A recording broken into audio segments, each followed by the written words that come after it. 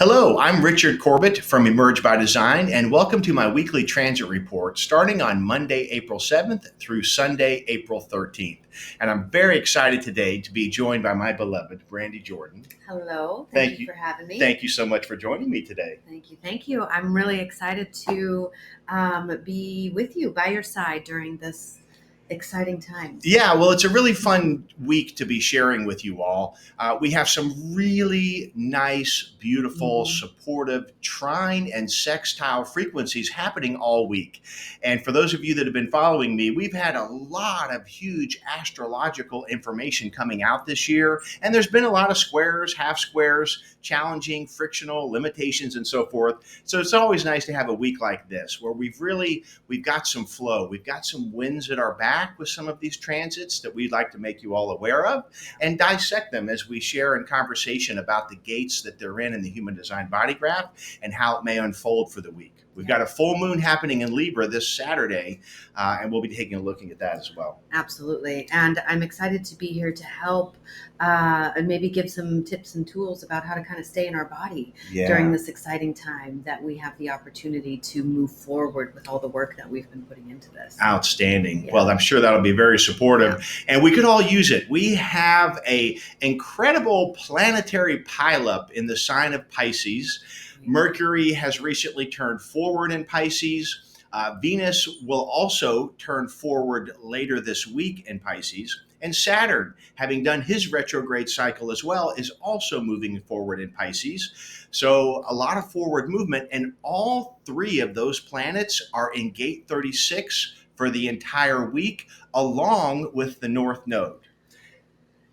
And my goodness, the Gate 36 has quite a reputation in the human design community. And this gets to be the opportunity, as Richard always teaches us every time there is a retrograde, that there is a backwards and forwards movement. And these forward movements are the opportunity that we have been given through the chaos, through the darkening of the light, through this experience of wanting something we don't yet have, into the compassion for all of us having that same experience in life. And this is the time for us to move forward with Mars also in that. In that conversation, right? So not only do we have all these planets in the sign of Pisces, but Mars moving forward through Cancer, having been in Cancer for several months, went forward, went backwards, finally moving forward for the third time towards the end of Cancer. On this Monday chart, Mars is at 25 degrees and 56 minutes of Cancer, is trining all of those energies in Pisces. So Mars has been through the ringer here, being in his detriment in the sign of Cancer for a very long time, dealing with all of the Cancerian things: family, sensitivity, motion, feelings, inner security or not. Mars is challenged in Cancer due to all that water. He's the god of war. He likes to take action and be decisive. And this has not been the easiest realm for him. So he's really been teaching us all lessons about our sensitivities and love in the family and communication and all the things that go into that. And so he's forming a trine to all of this energy in gate 36 all week long right now. With gate 62. And this, I think, is so beautiful because it is this logical, that he's been, as Richard he's god of war and he's stuck in the water and he's drowning and he has no access to his power and all of these dramatic things that he has been. When we say he, we mean the masculine in us all has been experiencing. And this trine to Pisces, this unknown here, 62 now gives a voice of logic. And the opportunity here, the magic or the alchemy that I see happening here between 36 and 62 and all of this back and forthness is that now there is an opportunity to see what is the most logical path forward of progress through all of these crises, through all of this emotional turmoil. And what we can see is that it's most often compassion. Most often, compassion is the thing that leads us all into being able to see what the real truth is of the story that we are living, to see that we are all human beings in this human being game, wanting, not getting, getting, not wanting, all of this back and forthness that we're experiencing and the emotions that come from that. Well, Mars now in 62, even though it's still in the water and even though he's still in Cancer, he is moving in a different direction now. And so this ability to be precise, to really name the story in a very logical way, the masculine being able to be within the void of the feminine and come out with his own truth.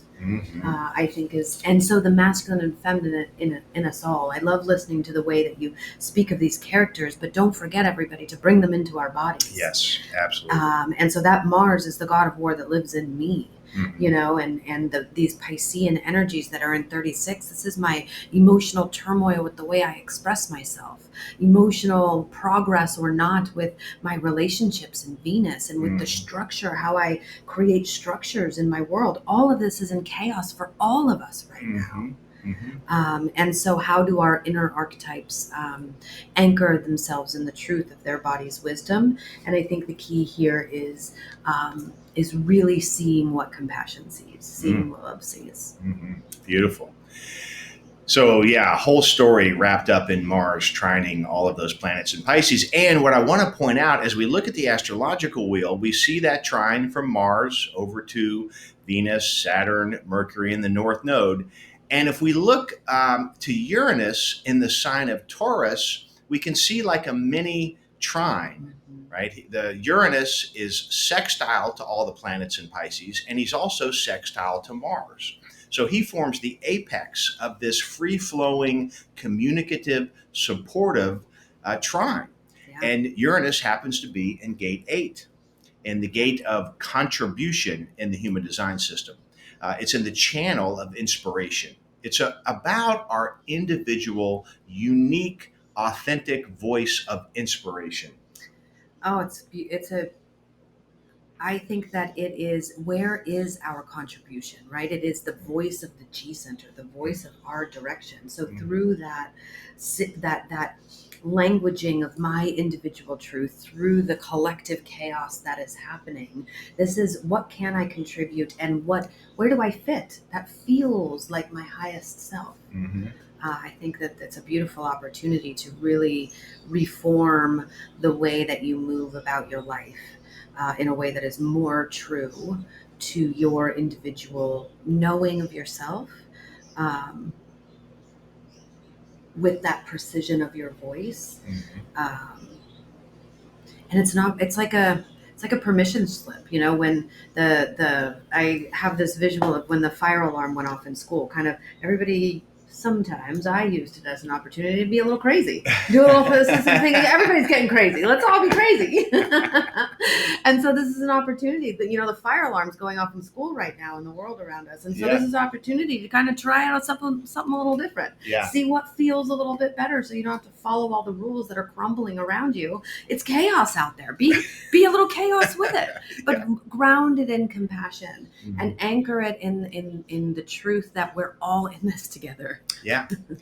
You're really beautifully speaking towards gate 36, that crisis, the change, emotional turmoil. It can bring a lot of that, but it's actually because of that we do have this permission slip to check in with ourselves. Right. What is that stimulating in me? Who am I becoming as a result of the world that we're in? And what is my truth amidst all that? And you keep using the word opportunity, which is how I look at the transits every week. What are we being shown, and what's the opportunity for us to know and learn about ourselves? And when I say all that, I'm also looking at the body graph and seeing that we have a defined channel of initiation. Absolutely. And these transits are certainly an invitation into our higher selves. We have Neptune having just recently moved into to Aries. He's going to dip back into Pisces in the fall for a little while, but we're getting a prelude to Neptune in Aries for the next 14 years.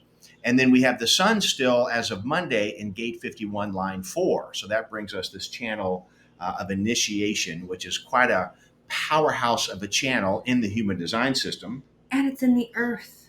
The Earth is there, and so the Earth is our grounding. Or excuse me, the Sun is there. Um, oh, okay, so that changed the story even a little. Like the spark came in me. I was like, oh, wait a second. Well, 57's there as a result of the polarity. That's the right, Earth that's is in right. gate 57, this deep penetrating intuition in the now. But But you're getting the 51? life force energy in gate 51 in Aries. That's right. Connected to this Neptunian 25 in Aries, which is, I heard you say the other day, the spiritual warrior. Mm-hmm. And so the spiritual warrior and the sun coming together, at least, just for a moment, to initiate us into. I keep coming back to that compassion or seeing what love sees, but the understanding that this chaos is not bad, wrong, and shameful. Although, yes, for people, it does appear in this reality that we live in with these goggles, bad, wrong, and shameful, some of the things that occur in the world around us. This is, I believe, an opportunity to be initiated into the humanity of that, into this is what we're here doing, is pushing the edges of everything and finding your place in it. And I think that 51 and 25 give a beautiful opportunity for 8 in that Uranian position to come out and say, all right, here it is. Here I am. Yeah, really, really appreciating the role Uranus is playing in this particular configuration that we're looking at here. It's a big deal. Yeah. So we're going to go fast forward now to Thursday, April 10th. We're doing this because on Thursday, the sun will leave gate 51 and move into gate 42, line 1 in Aries, putting the Earth and its polarity in Libra and gate 32. And this is just a beautiful continuation of the story we were just talking about. Now the sun, the life force energy, the transit field is bringing you the power of the sun to sustain, to bring intuitive, grounded knowing about what to bring forward from this chaotic individual truth that you have been, new truth that you have been initiated into. What is your contribution? How can you stay sovereign in the changing structures of the world? And we saw that the key is to bring compassion in for yourself and others. And that compassion will show the way to our contribution of our highest self to the collective. We saw that 62 was there helping to bring precision to the language of our logical understanding of what was happening and what our place was in it. And now the opportunity to bring sustained energy to the intuitive knowing of what gets to be left behind and what gets to move forward. And I think that that is just a beautiful tee up too for also this next aspect we're going to talk about with Mars. Yeah, well, even before I get to Mars, because you're talking about gate 42, I want to mention that as we look at the astrological wheel, we can see how close the sun is to Chiron. So he's already in orb for a conjunction with Chiron. And that's actually going to happen on Saturday. So we're going to do a deeper dive into that on the next chart. That conjunction between the sun and Chiron is going to happen in gate 42, line 3. But because they're both in gate 42, we're already feeling this energy, the synthesis of the life force energy of the sun and the wounded healer, Chiron himself. Yeah, and how many times have you put energy towards this new self only to fall back into the old self? How many times have you reimagined yourself? How many times have you allowed that little spark of you to come through and it not be sustained or it not be the right timing? And so this could be plaguing your mind. And we're, again, going to talk about that when we talk about Saturday's full moon a little bit more. But that's just something to mention. It is. And the other thing that happened, we're looking at a Thursday chart, but on Wednesday, the day before, Mars left gate 62 and moved into gate 56 in the throat center, called the gate of stimulation. Here we have the energy of Mars, our willpower, how we push ourselves out into the world up against boundaries in the gate of storytelling. Now, what I want to mention about that gate is that Mars is going through this for the third time, right? He went forward through this months ago, then retrograded. Now he's moving through gate 56 the third time. And that ties into the Mars opposite Pluto, which we've had 2 of those already. of these Mars-Pluto opposition. The third one is going to happen later this month on April 26th, and we're going to do another episode on that. But I want to bring it up here because Mars is back to the gate where the first two oppositions happened. And so this really elevates this awareness of Mars in 56 and the stories that we're telling.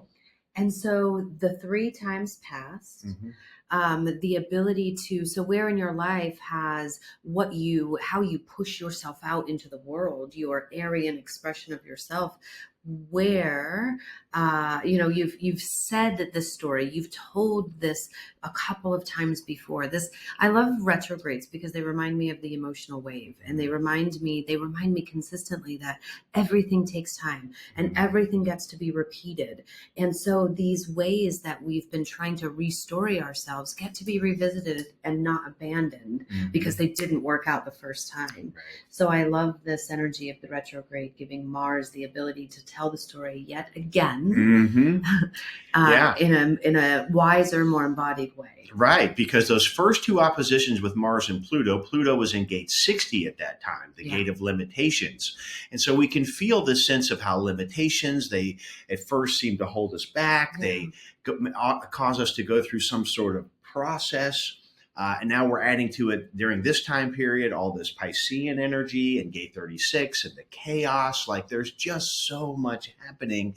Yet through finding ourselves, finding a message of compassion as you're sharing, we are getting a chance to reframe this story. And so while Mars is in gate 56, I think this is a really helpful time to listen to our own conversations with our friends, family, other people. Right? If we're talking about our experiences, what are we saying about that? Yeah.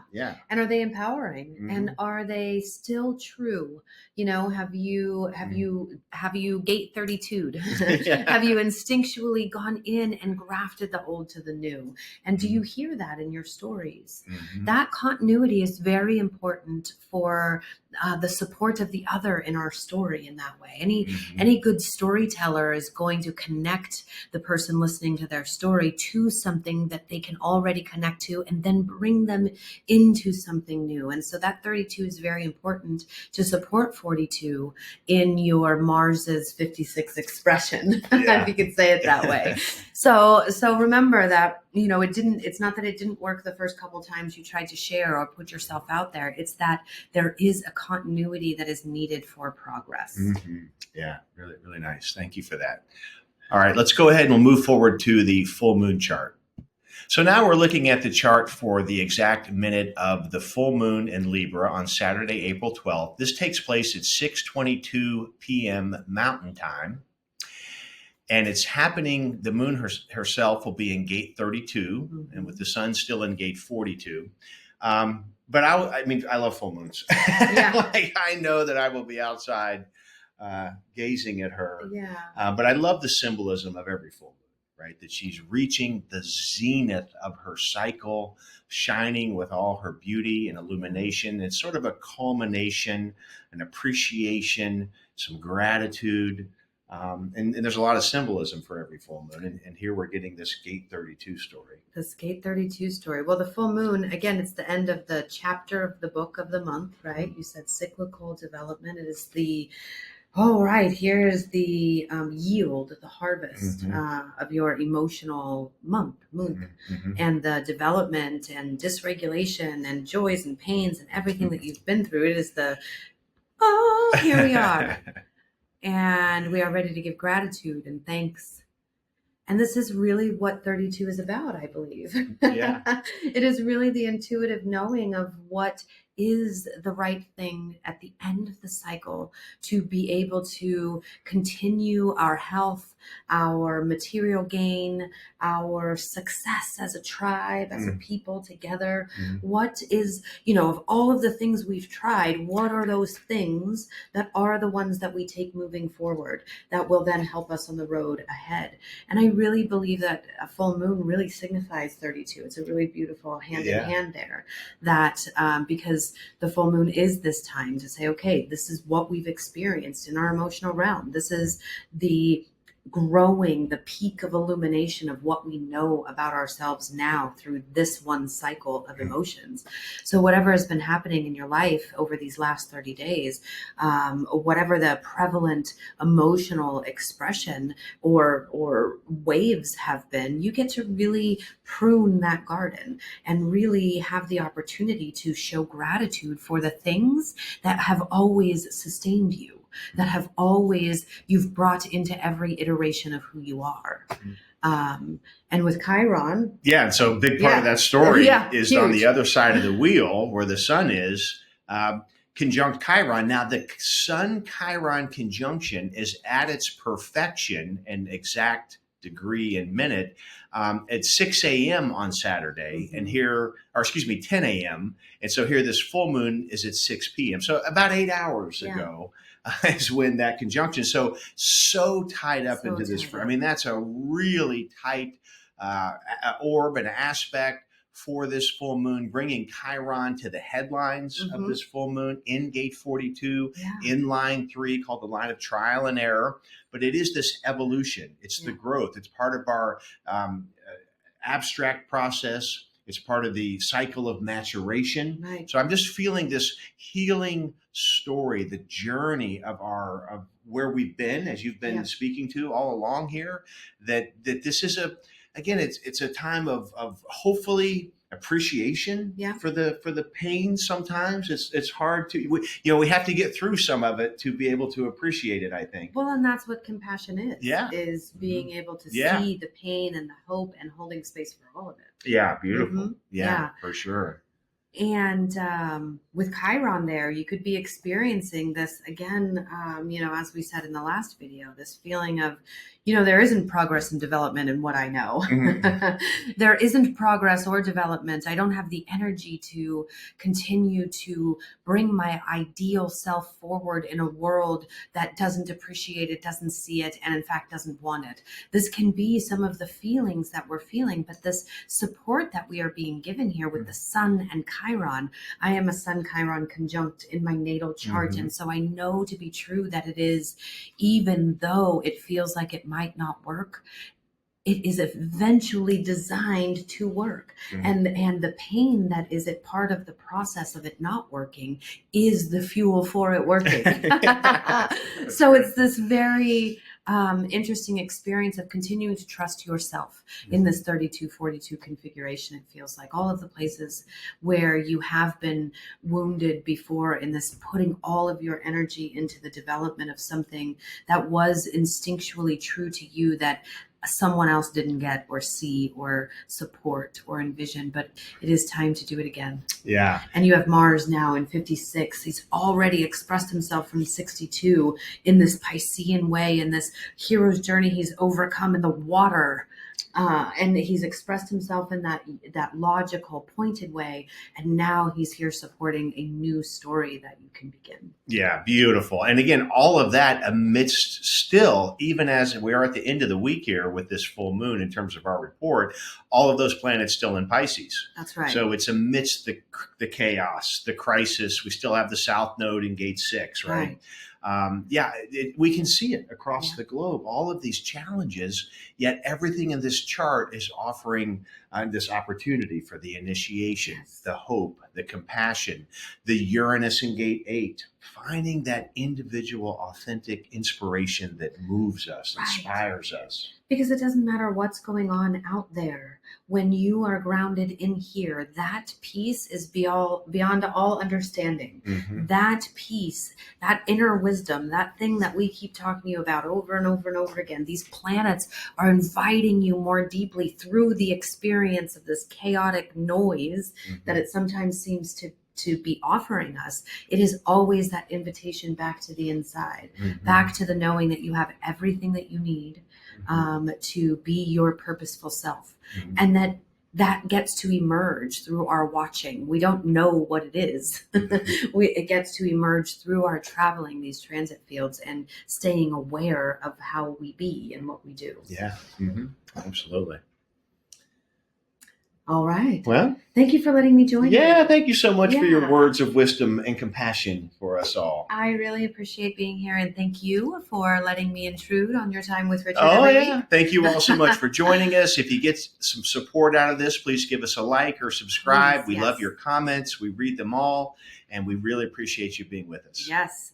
Thank you. Thank you. See Thank you you. soon. Bye-bye.